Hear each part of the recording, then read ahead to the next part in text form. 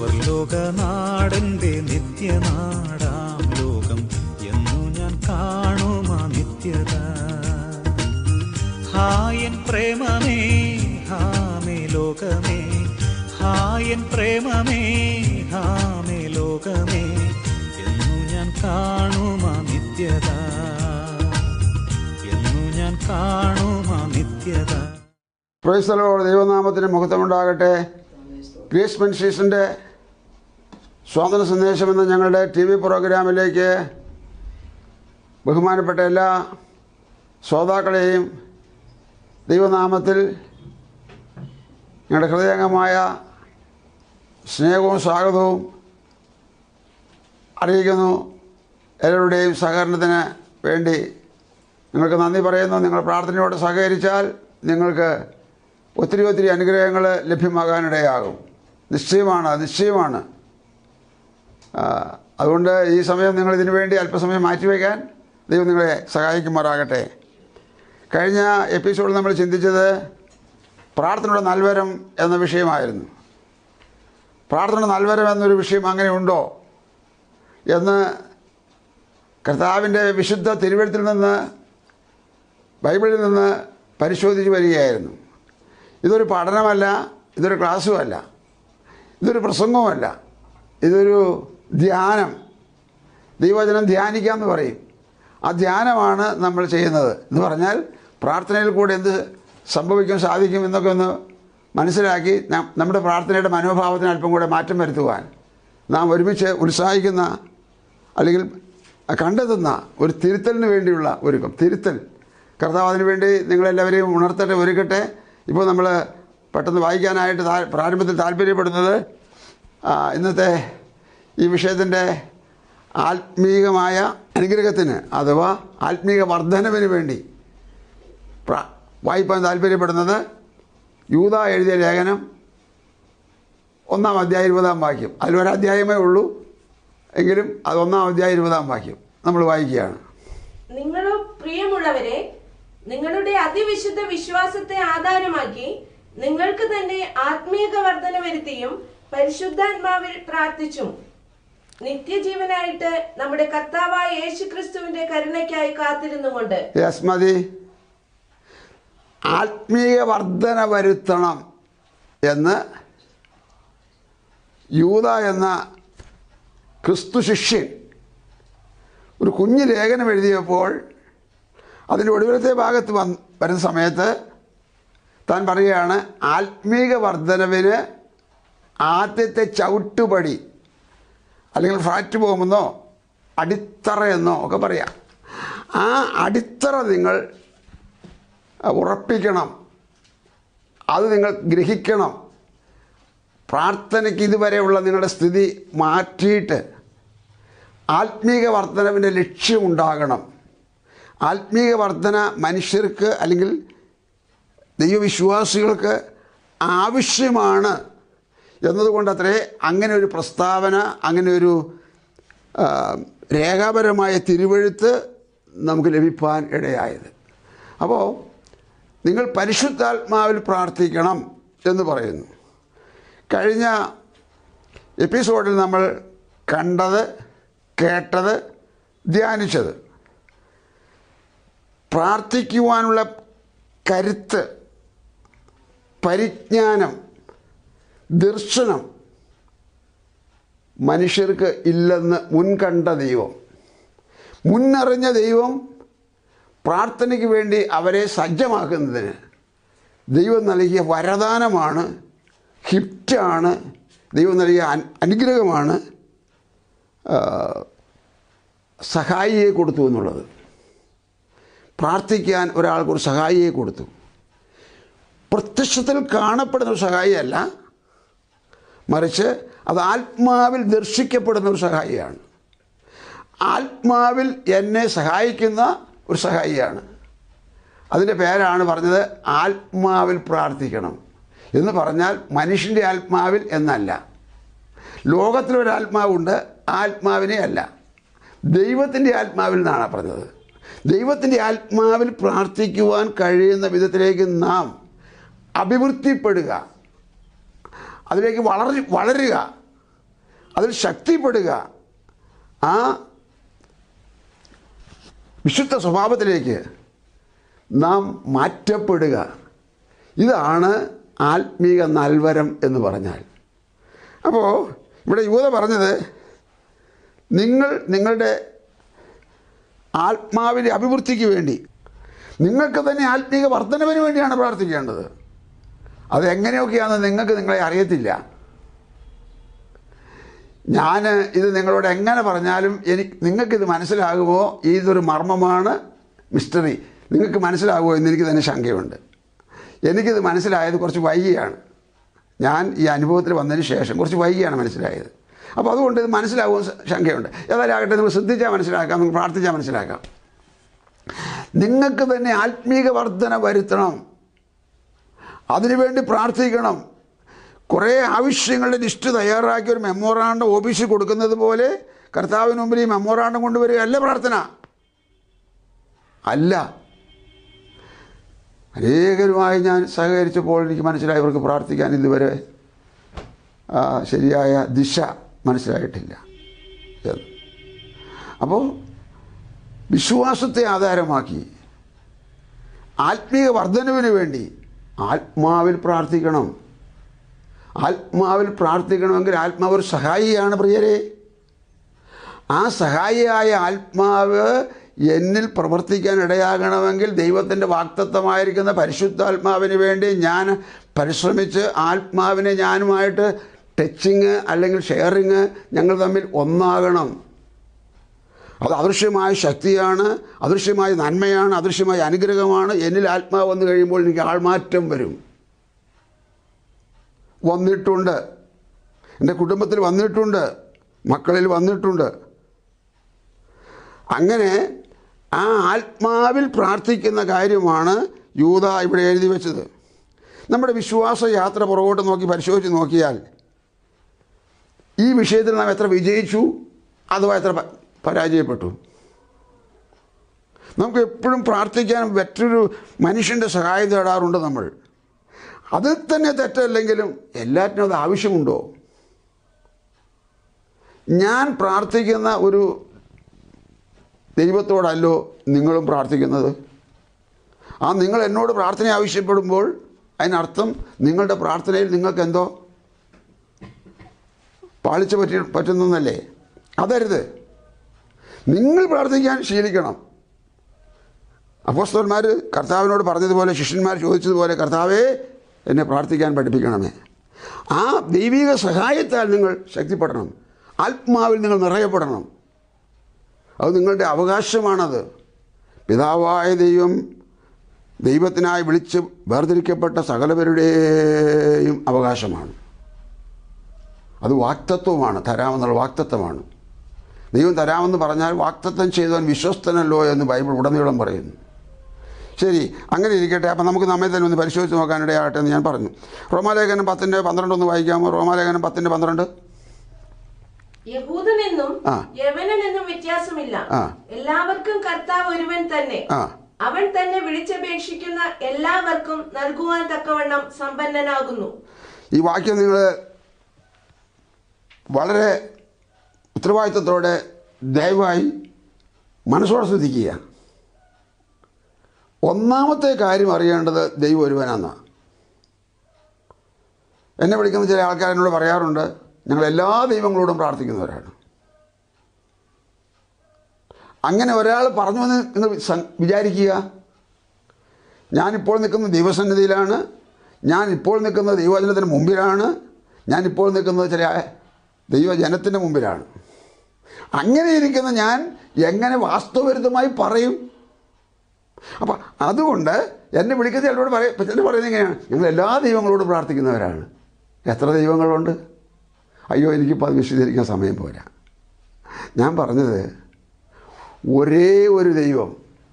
അതാണ് വായിച്ചത്. യഹൂദനെന്നും യവനനെന്നും വ്യത്യാസമില്ല, എല്ലാവർക്കും ദൈവം ഒരുവനല്ലോ. ഇത് നിങ്ങൾ മനസ്സിലാക്കണമെന്നാണ് ദൈവം ആഗ്രഹിക്കുന്നതും എൻ്റെ ഹൃദയത്തിലെ ദാഹവും. അപ്പോൾ അതിനുവേണ്ടി ഞാൻ നിങ്ങളോട് വളരെ താല്പര്യമായി സംസാരിക്കുന്നു, ഉത്തരവാദിത്വത്തോടെ സംസാരിക്കുന്നു. നിങ്ങളെ സ്നേഹിച്ചുകൊണ്ട് നിങ്ങൾക്ക് വേണ്ടി പ്രാർത്ഥിച്ചുകൊണ്ട് സംസാരിക്കുന്നു.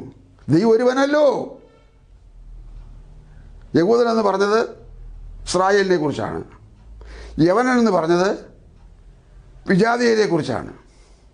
എഴുതുന്നത് ക്രിസ്തു വിശ്വാസികളായ ക്രിസ്തീയ സഭയ്ക്കാണ്. അപ്പോൾ നോക്കുക എത്ര വിഭാഗക്കാരായിരുന്നു. യഹൂദൻ, യവനൻ, ക്രിസ്ത്യാനി. ഇവർക്കെല്ലാവർക്കും ദൈവം ഒരുവനാണെന്നാണ് പറഞ്ഞത്. അത് രേഖാപരമായി എഴുതിയതല്ലേ? അത് പരിശുദ്ധാത്മാവിനാൽ രചനയല്ലേ? ഇതൊക്കെ നേരത്തെ നമ്മൾ പഠിച്ചതും അറിഞ്ഞതും കേട്ടിട്ടുള്ളതല്ലേ? അനേകരിന്ന് കേൾക്കുന്നതല്ലേ? യഹൂദനെന്നും യവനെന്നും വ്യത്യാസമില്ല, കർത്താവ് തന്നെ വിളിച്ചപേക്ഷിക്കുന്ന ഏവർക്കും നൽകാൻ തക്കവണ്ണം സമ്പന്നനല്ലോ. ഈ ദൈവത്തോളം സമ്പന്നനായ ഒരുവനെ നിങ്ങൾക്ക് ലോകത്ത് കണ്ടുമുട്ടാൻ കഴിയുമോ?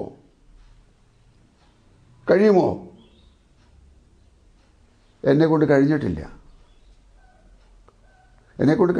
6 പതിറ്റാണ്ടിലധികമായി ഞാൻ ഈ പരിശോധന നടത്തുന്നു. ദൈവത്തോട് സമമായ ഒരുത്തനെയോ ദൈവത്തേക്കാൾ കഴിവുള്ള ശക്തനായ ഒരുവനെയോ കണ്ടെത്താൻ കഴിഞ്ഞിട്ടില്ല. ശാസ്ത്രജ്ഞന്മാർ, ചന്ദ്രനിൽ പോയവർ, അതിന് മുകളിലുള്ള ഗ്രഹങ്ങളിൽ പോകാൻ താല്പര്യപ്പെടുന്നവർ, ഒരുങ്ങുന്നവർ, ഇവരെല്ലാവരെയും ഓർത്ത് ഞാൻ സല്യൂട്ട് ചെയ്ത് ദൈവത്തിന് നന്ദി പറയുന്നു. പക്ഷേ ദൈവത്തോളമായോ? ഇല്ലല്ലോ, ആകത്തുമില്ല. ഇനി ഒരാളാകുമോ? ആകത്തുമില്ല.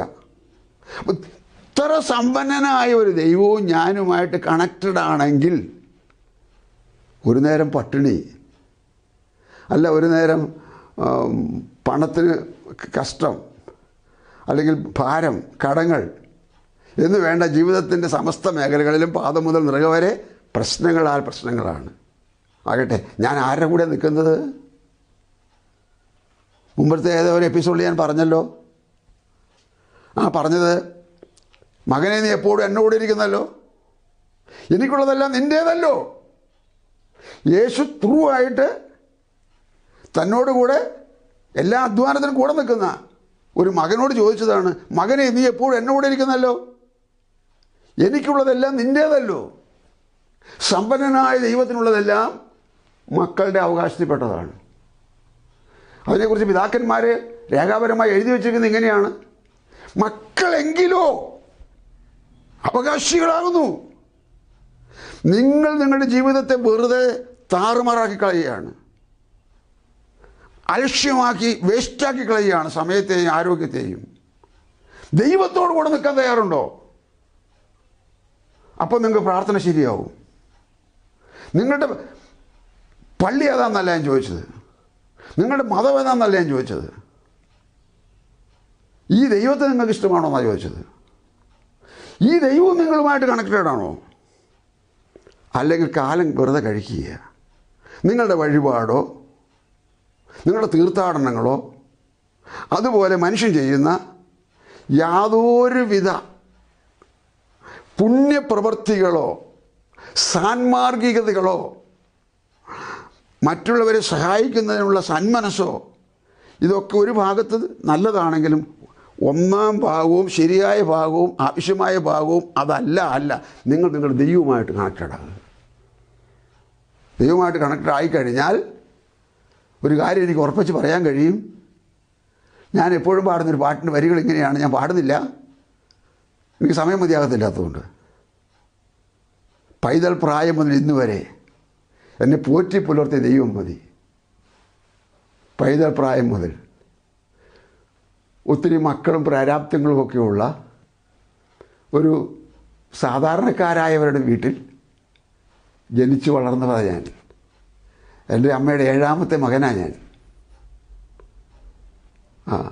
ഈ പാട്ടിൻ്റെ വരികൾ കേട്ട നാൾ മുതൽ ഞാനത് പിടിച്ചു വെച്ച് എന്നും പാടും, മനസ്സിൽ പാടിക്കൊണ്ട് നടക്കും.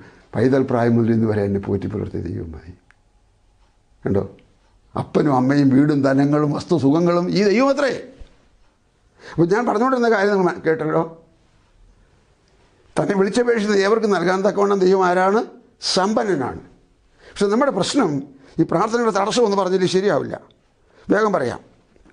മത്തായി എഴുതിയ സുവിശേഷം 6-ാം അധ്യായം 24-ാമത്തെ വാക്യം നമുക്ക് വായിച്ചിട്ട് യെശയ്യാ പ്രവാചകനിലേക്ക് ഒന്ന് പോകാം. മത്തായി എഴുതിയ സുവിശേഷം 6:24.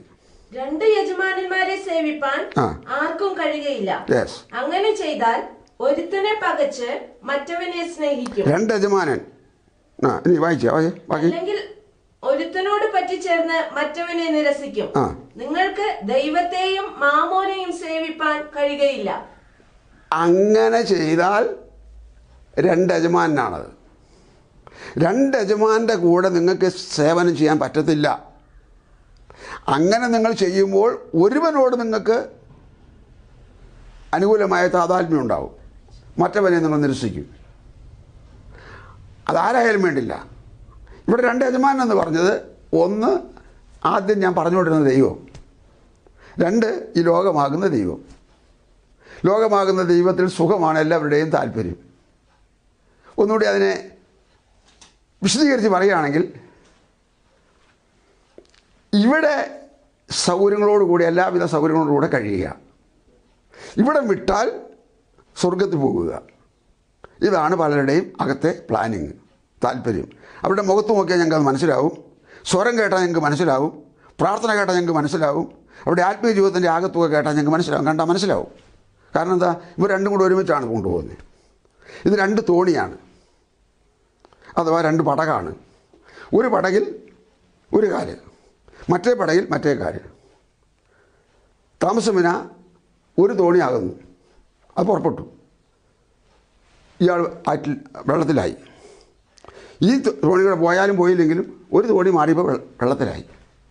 ഒരു തോണിയിൽ നിൽക്കണം, ഒറ്റ വഞ്ചിയിൽ നിൽക്കണം. ആ വഞ്ചിയിൽ നിൽക്കുമ്പോൾ ദൈവത്തോടു കൂടെയാണ്, ദൈവത്തോടു കൂടെ നിൽക്കണം. അല്ല ലോകത്തോടു കൂടെയാണോ, ലോകത്തോടു കൂടെ നിൽക്കണം. ഇത് രണ്ടിൻ്റെയും കൂടെ മധ്യത്തിൽ രണ്ടും കൂടെ ഒരുമിച്ച് കൊണ്ടുപോകാമെന്ന് വിചാരിക്കുന്ന മിഥ്യാബോധം പൈശാചികത്വമാണ്. 100% പൈശാചിത്വമാണ്. ഇതൊക്കെ പയറ്റി തെളിഞ്ഞ് മനസ്സിലാക്കിയതിന് ശേഷം പറയുന്നതാണ്. അനേകരെ കണ്ടും കേട്ടും മനസ്സിലാക്കി, സ്വന്തം ജീവിതത്തിൽ നിന്ന് മനസ്സിലാക്കി, ദൈവത്തിൻ്റെ തിരുവഴുത്തിൽ നിന്ന് മനസ്സിലാക്കി. ഇതാണ് രണ്ട് യജമാനൻ. ഒന്നും ഒരു തീരുമാനം എടുക്കുക, എനിക്ക് ഒരു യജമാനം മതി. ദൈവമാകുന്ന യജമാനം മതിയോ? ഓക്കെ, ദൈവം ബാക്കി എല്ലാ കാര്യത്തിനും മേൽ ഉത്തരവാദിത്തമുള്ളവനായിരിക്കും. ആയിരിക്കും. അല്ല ലോകമാണോ? ദൈവം കൂടെ ഇല്ല. കറൻസിയാണോ ലക്ഷ്യം? എൻ്റെ വീട്ടിലൊരാൾ, ഒരു സഹോദരൻ വന്ന് ഞങ്ങൾ സംസാരിച്ചു. പലരുമായിട്ട് ഇങ്ങനെ സംസാരിക്കാറുണ്ട്. സംസാരിച്ചപ്പോൾ ഞാനിങ്ങനെ പറഞ്ഞു, വർത്തമാനം പറഞ്ഞ കൂട്ടത്തിൽ എൻ്റെ സാക്ഷ്യം പറഞ്ഞു, എൻ്റെ കണ്ണ് കറൻസിയിലല്ല, എൻ്റെ കണ്ണ് ധനത്തിലല്ല, ഇവിടത്തെ ഒന്നിലുമല്ല. ഈ പറയുന്ന പുറം കണ്ണ് മാത്രമല്ല, അകത്ത് രണ്ട് കണ്ണുണ്ട്. അത് ഹൃദയത്തിൻ്റെ കണ്ണെന്ന് പറയാം. ബൈബിളും അങ്ങനെ പറഞ്ഞിട്ടുണ്ട്. അപ്പം അകത്തെ കണ്ണ് ഇതെല്ലാം ഉണ്ടാക്കിയ യജമാനനും സർവശക്തനും മഹാരാജാവുമായ സ്വർലോകരുടെയും ഭൂലോകരുടെയും അധോലോകരുടെയും ദൈവമായ ആ ദൈവത്തിലാണ് എൻ്റെ കണ്ണ്. ആ ദൈവത്തിൽ കണ്ണു വെക്കുമ്പോൾ കറൻസി വഴിമാറി, സുഖസൗകര്യങ്ങൾ കുറച്ച് വഴിമാറി, ജഡത്തിൻ്റെ ഇച്ഛകളും ഇഷ്ടങ്ങളും താല്പര്യങ്ങളും കുറേ വഴിമാറി, ദൈവമായിട്ടൊരു നല്ല ബന്ധം വന്നു. ഇതിന് സമാനമായ ഒരു സന്തോഷം, ആനന്ദം, സംതൃപ്തി, സുഖം ഒരു കാലപ്പഴക്കത്തിലേക്കുള്ള ഒരു നന്മ വേറെ എവിടെയുമില്ല. ഓക്കെ, പറഞ്ഞ് മനസ്സിലായല്ലോ? ശരി. അപ്പോൾ നമ്മൾ പറഞ്ഞത് ഇവിടെ രണ്ട് യജമാനൻ. എൻ്റെ യജമാനൻ ദൈവമാണ്, ലോകമല്ല, മാമോനല്ല. മാമോൻ എന്ന് പറഞ്ഞാൽ ലോകം. അപ്പോൾ എൻ്റെ പ്രാർത്ഥനയ്ക്ക് തടസ്സം നിന്ന പ്രത്യേകമായൊരു പോയിൻ്റ് യെശയ്യാപ്രവചനം 59-ാം അധ്യായം 1 മുതൽ 3 വരെ നിർത്തി പതുക്കെ വായിച്ചാൽ മതി. രക്ഷിപ്പാൻ കഴിയാതെ വണ്ണം യഹോവയുടെ കൈ കുറുകിയിട്ടില്ല. ഞാൻ അതൊന്ന് എടുത്ത് പറഞ്ഞോട്ടെ, സ്ക്രീനിൽ നിങ്ങൾക്ക് കാണാം കേട്ടോ. രക്ഷിപ്പാൻ കഴിയാതെ വണ്ണം ദൈവത്തിൻ്റെ കൈ കുറുകിയിട്ടില്ല, നീളം കുറഞ്ഞിട്ടില്ല. പിന്നെ കേൾപ്പാൻ കഴിയാതെ വണ്ണം അവന്റെ ചെവി മന്ദമായിട്ടുമില്ല. ദൈവത്തിന്റെ ചെവിക്ക്, കേൾവിക്ക് യാതൊരു തകരാറുമില്ല. എല്ലാവരും കേൾക്കും. നിങ്ങളുടെ അകൃത്യങ്ങൾ അത്രേ നിങ്ങളെയും നിങ്ങളുടെ ദൈവത്തെയും തമ്മിൽ ഭിന്നിപ്പിച്ചിരിക്കുന്നത്. അകൃത്യം, കൃത്യമല്ലാത്തത് എല്ലാമാണ് അകൃത്യം. പാപത്തിൻ്റെ ഒരു ഭാഗമാണ് അകൃത്യം, അശുദ്ധിയുടെ ഒരു ഭാഗമാണ് അകൃത്യം, തിന്മയുടെ ഒരു ഭാഗമാണ് അകൃത്യം. അകൃത്യം എന്നെയും ദൈവത്തെയും തമ്മിൽ ഭിന്നിപ്പിച്ചിരിക്കുന്നു. ഞങ്ങൾ തമ്മിൽ വഴക്കാം. ദൈവത്തിൻ്റെ മുഖത്തേക്ക് നോക്കാൻ എനിക്ക് പ്രാഗൽഭ്യമില്ല. അവൻ എന്നെ സ്നേഹത്തോടെ നോക്കുന്നുവെങ്കിൽ കൂടെ ഞാൻ അവനെ നോക്കാൻ യോഗ്യനല്ല. ഞങ്ങൾ തമ്മിൽ ഭിന്നതയിലാണ്, ഞങ്ങൾ തമ്മിൽ ശണ്ടയാണ്, ഞങ്ങൾ തമ്മിൽ കലഹമാണ്, ഞങ്ങൾ തമ്മിൽ വഴക്കാണ്. മനസ്സിലായോ? ഇത്തിരി വിഷമല്ലേ? ഇത്തിരി വിഷമമുണ്ട് ഇതിനകത്ത്. ഇത്തിരി വിഷമത്തിന് ഒത്തിരി സന്തോഷമുണ്ട്, ഒരുപാട് പ്രത്യാശയുണ്ട്. ഞങ്ങളുടെ മേഖല, എൻ്റെ മേഖല കളി പറയുന്ന മേഖലയല്ല, കള്ളം പറയുന്ന മേഖലയല്ല, കഥ പറയുന്ന മേഖലയല്ല, കാര്യം മാത്രം പറയുന്ന മേഖലയാണ്. യെസ്, കാര്യം മാത്രം പറയും. ആ കാര്യമാണ് പറയുന്നത്. കണ്ടോ, ദൈവത്തെക്കുറിച്ച് പറഞ്ഞാൽ കണ്ടോ? അതിൻ്റെ ഒരു വാക്യം കൂടെ. നിങ്ങളുടെ പാപങ്ങൾ അത്രേ അവൻ കേൾക്കാതെ വണ്ണം അവന്റെ മുഖത്തെ നിങ്ങൾക്ക് മറയ്ക്കുമാറാക്കിയത്. പ്രാർത്ഥന കേൾക്കണമെങ്കിൽ പാപവുമായിട്ട് ജീവിച്ചാൽ പറ്റില്ല. പിറവിയിലെ കുരുടനായ ഒരു മനുഷ്യനെ യുവാവായി പ്രായമെത്തിയപ്പോൾ അവിചാരിതമായി യേശു കണ്ടുമുട്ടുകയും യേശു അവനെ സൗഖ്യമാക്കുകയും ഒടുവിൽ അവൻ്റെ മതക്കാർ വന്ന് അവനെ ക്വസ്റ്റ്യൻ ചെയ്യുകയൊക്കെ ചെയ്ത കാര്യം കഴിഞ്ഞ എപ്പിസോഡ് നമ്മൾ പറഞ്ഞതല്ലേ. അവന് ബോധം വന്നപ്പോൾ അവൻ പറഞ്ഞു, പാപികളുടെ പ്രാർത്ഥന ദൈവം കേൾക്കുന്നില്ല എന്ന് നാം അറിയുന്നു. എന്നാൽ കേൾക്കുന്നവരുടെ കാര്യവും പറഞ്ഞു. അത് പള്ളി നേതാക്കന്മാരോട്, ഭരണാധികാരികളോട് അവൻ പറഞ്ഞതാ. പാപികളുടെ പ്രാർത്ഥന ദൈവം കേൾക്കുന്നില്ല എന്നും ദൈവഭക്തനായിരുന്ന് ദൈവേഷ്ടം ചെയ്യുന്നവൻ്റെ പ്രാർത്ഥന കേൾക്കുന്നു എന്നും നാം അറിയുന്നു. എല്ലാ പ്രാർത്ഥനയും കേൾക്കത്തില്ല. നമ്മൾ വായിച്ചല്ലോ, കഴിഞ്ഞ ആഴ്ച പറഞ്ഞിങ്ങനെയല്ലേ, നിങ്ങൾ കൈ മലർത്തുമ്പോൾ ഞാൻ മുഖം മറയ്ക്കും.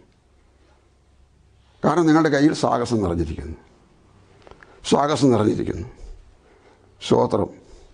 സ്തോത്രം. വിശന്ന് വരുന്ന, പാടത്തുനിന്ന് പണി കഴിഞ്ഞ് വന്ന ഒരു ജോലിക്കാരന് വഴിയിൽ കണ്ട ഒരു ഭിക്ഷാടനക്കാരൻ തൻ്റെ ബാഗിൽ നിന്ന് ഒരു ആപ്പിൾ എടുത്ത് കൊടുക്കുന്നു. ആപ്പിൾ എടുത്ത് കൊടുത്തവൻ്റെ കൈ കുഷ്ഠമുള്ള കൈയാണ്. അത് വിശന്ന് വന്നവൻ കണ്ടു, ആപ്പിൾ വാങ്ങിയില്ല, എനിക്ക് വേണ്ടെന്ന് പറഞ്ഞു. ചുരുക്കാം, അങ്ങനെ അവർ തമ്മിൽ പിരിഞ്ഞു. വിശപ്പുണ്ട്, ആപ്പിൾ നല്ലതാണ്, പക്ഷെ വാങ്ങിയില്ല. കാരണം ആ കയ്യിൽ കുഷ്ഠമുള്ള കൈയായിരുന്നു. ഈ അശുദ്ധൻ്റെ പ്രാർത്ഥന, പാപിയുടെ പ്രാർത്ഥന, ദുർമാർഗിയുടെ പ്രാർത്ഥന, ദുശ്ശീലക്കാരൻ്റെ പ്രാർത്ഥന, ദൈവവചനത്തിന് കീഴടങ്ങാത്തവൻ്റെ പ്രാർത്ഥന അങ്ങോട്ട് എത്തത്തില്ല. ഒരമ്മച്ചി പറഞ്ഞതുപോലെ ഇവിടുത്തെ അച്ചായൻ്റെ പ്രാർത്ഥന ഈ ഓടി വിട്ട് അപ്പുറം പോകുമെന്ന് പാസ്റ്റർക്ക് തോന്നുന്നുണ്ടോ? എൻ്റെ മുഖത്ത് നോക്കി ചോദിച്ചതാണ്. കഴിഞ്ഞ ദിവസം ഞാൻ പറഞ്ഞതാണ്. പോകട്ടെ, നമുക്ക് ആ ഭാഗം വിടാം. ഇവിടെ നമ്മൾ കേട്ടും പരിശോധിച്ചും വന്നത് ശ്രദ്ധിക്കാം. അങ്ങനെ ശ്രദ്ധിക്കുമ്പോൾ നമ്മൾ ഓർത്തിരിക്കേണ്ട കാര്യം, കുരുടന് കാര്യം പിടികിട്ടി, സൗഖ്യമായപ്പോൾ, കണ്ണു തുറന്നപ്പോൾ.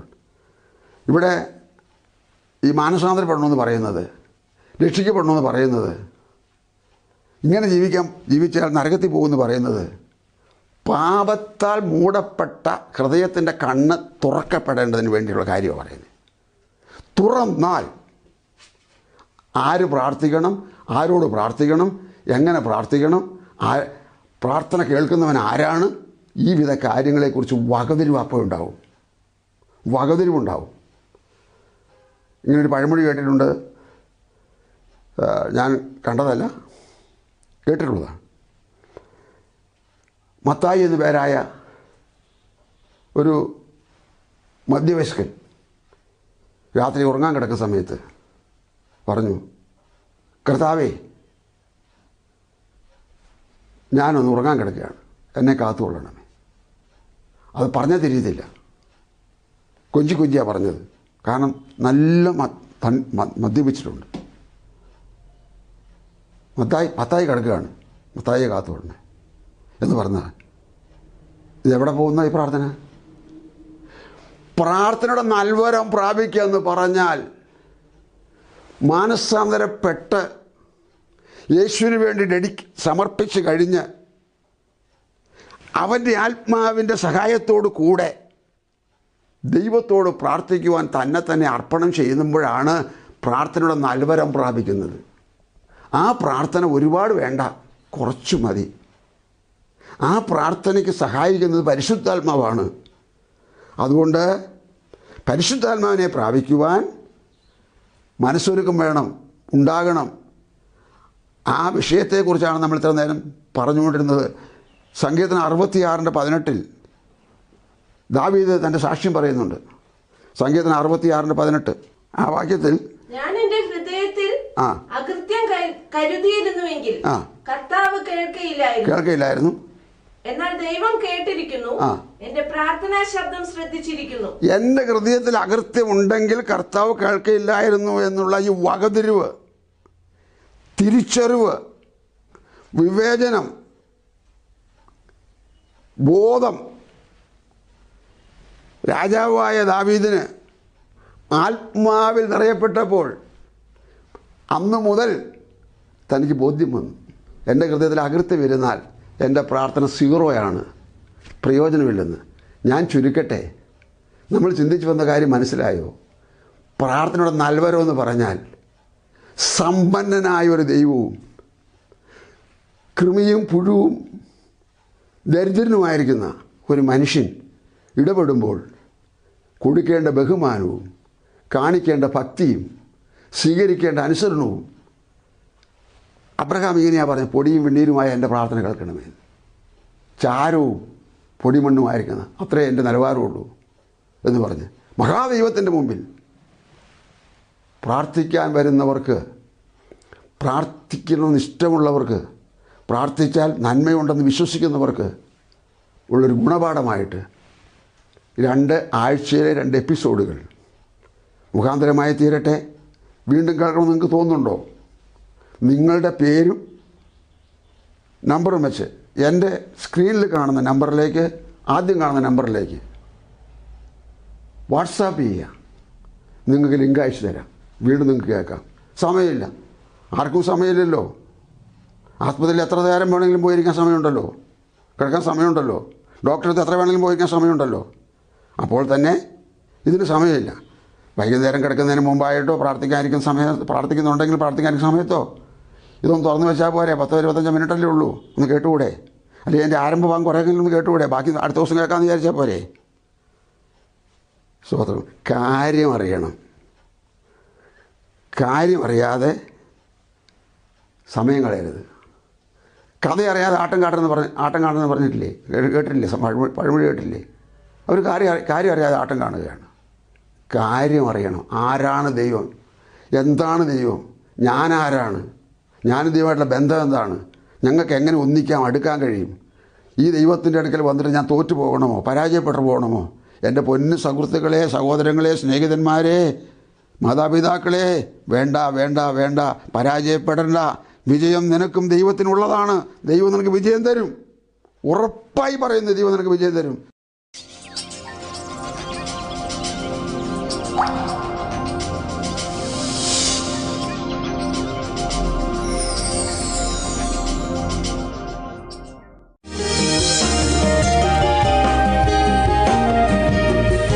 ഉറപ്പായി പറയുന്നു, ദൈവം നിനക്ക് വിജയം തരും. കാര്യം അറിയണം. കാര്യം അറിയാതെ സമയം കളയരുത്. കഥ അറിയാതെ ആട്ടം കാണുമെന്ന് പറഞ്ഞിട്ടില്ലേ? കേട്ടിട്ടില്ലേ? പഴമൊഴി കേട്ടില്ലേ? അവർ കാര്യം അറിയാതെ ആട്ടം കാണുകയാണ്. കാര്യം അറിയണം. ആരാണ് ദൈവം? എന്താണ് ദൈവം? ഞാനാരാണ്? ഞാനും ദൈവമായിട്ടുള്ള ബന്ധം എന്താണ്? ഞങ്ങൾക്ക് എങ്ങനെ ഒന്നിക്കാം, അടുക്കാൻ കഴിയും? ഈ ദൈവത്തിൻ്റെ അടുക്കൽ വന്നിട്ട് ഞാൻ തോറ്റു പോകണമോ, പരാജയപ്പെട്ടു പോകണമോ? എൻ്റെ പൊന്നു സുഹൃത്തുക്കളെ, സഹോദരങ്ങളെ, സ്നേഹിതന്മാരെ, മാതാപിതാക്കളെ, വേണ്ട വേണ്ട വേണ്ട, പരാജയപ്പെടേണ്ട. വിജയം നിനക്കും ദൈവത്തിനുള്ളതാണ്. ദൈവം നിനക്ക് വിജയം തരും. ഉറപ്പായി പറയുന്നു, ദൈവം നിനക്ക് വിജയം തരും.